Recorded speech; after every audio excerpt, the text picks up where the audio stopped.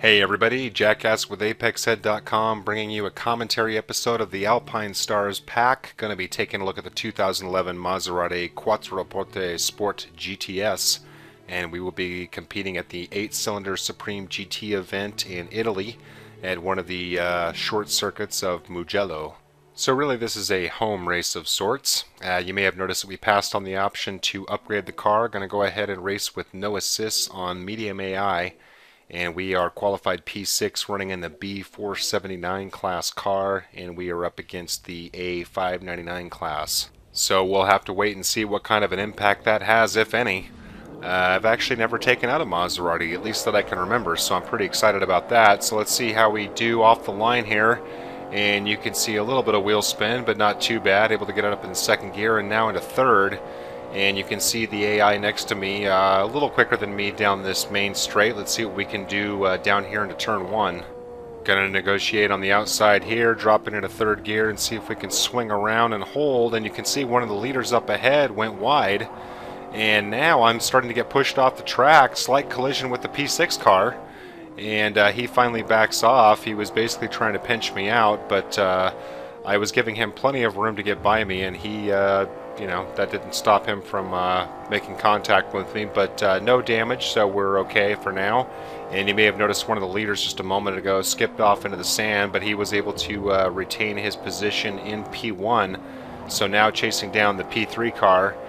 And this is a 3-lap race, so don't want to get too desperate. My key concern is what's going to happen when we get around these two corners onto the main straight, the start-finish straight, because my concern is that the AI is going to be significantly faster than me. And now, making a bold move on the outside and able to make the overtake stick up into P3, but it's going to be a short-lived victory. As you can see, the AI is faster than me, and this is the straight that I was just mentioning. And this is where I definitely want to try and be ahead of the AI as we get closer to the end of the race. So now chasing down the P3 car again. Let's see if we can exact a little revenge down here into turn one.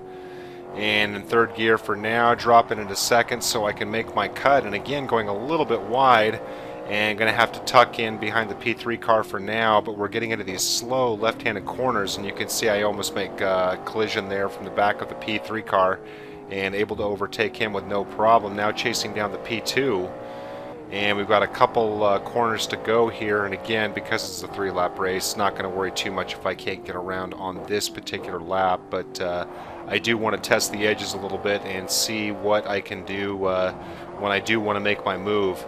And these corners definitely seem like they would be ideal places to overtake. So taking mental notes for the last lap, and you can see I have a look on the inside there, but think better of it. That window was closing just a little too quickly. And now I'm going to challenge the P2 car on the outside as we come along onto the main straight and run out of road, but able to get around him and into P2. So now chasing down the P1 car. And now you can see the yellow car, formerly the P2 car, is now probably going to overtake me. Very, very wide part of the track here, not going to block him. And so now that we are down to the last lap, I do want to try and get ahead as soon as I can. I do not want to be worrying about the AI trying to chase me down as I try and finish. So you can see now challenging on the outside, wheel to wheel with the P1 car, able to get ahead.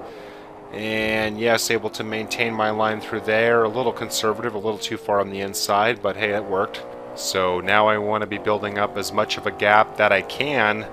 And fortunately, I feel very, very comfortable in the car. I've had no problems with it whatsoever. Everything's felt very smooth about it. And of course, I'm going to have to try it on different circuits to get a more complete idea of it. But I've been very impressed with it out of the box here at Mugello. So now we just have to negotiate a couple more corners here and start to go a little wide there, going a little too fast, and that's probably just me getting a little excitable, having some clean air in front of me finally. And now coming along the final stretch here, you can see the AI is pretty far back, and by virtue of the start-finish line being early on in the straightaway, they will have no chance to catch us. So as we go to some race highlights here, I want to thank you guys for watching. I do intend on posting more cars from the April Alpinestars car pack. I'm not sure how many just yet, but I'm combing through them and sort of seeing what works and what doesn't. If you want to keep tabs on that, go ahead and subscribe or check out my playlists. I've got well over 150 videos posted of both Forza 4 and F1 2011. getting more and more excited about F1 2012, by the way. And also have quite a few with commentary, so again, the best way to find all that would be through my playlists. So that's enough out of me for now. Thanks again, and I'll see you next time.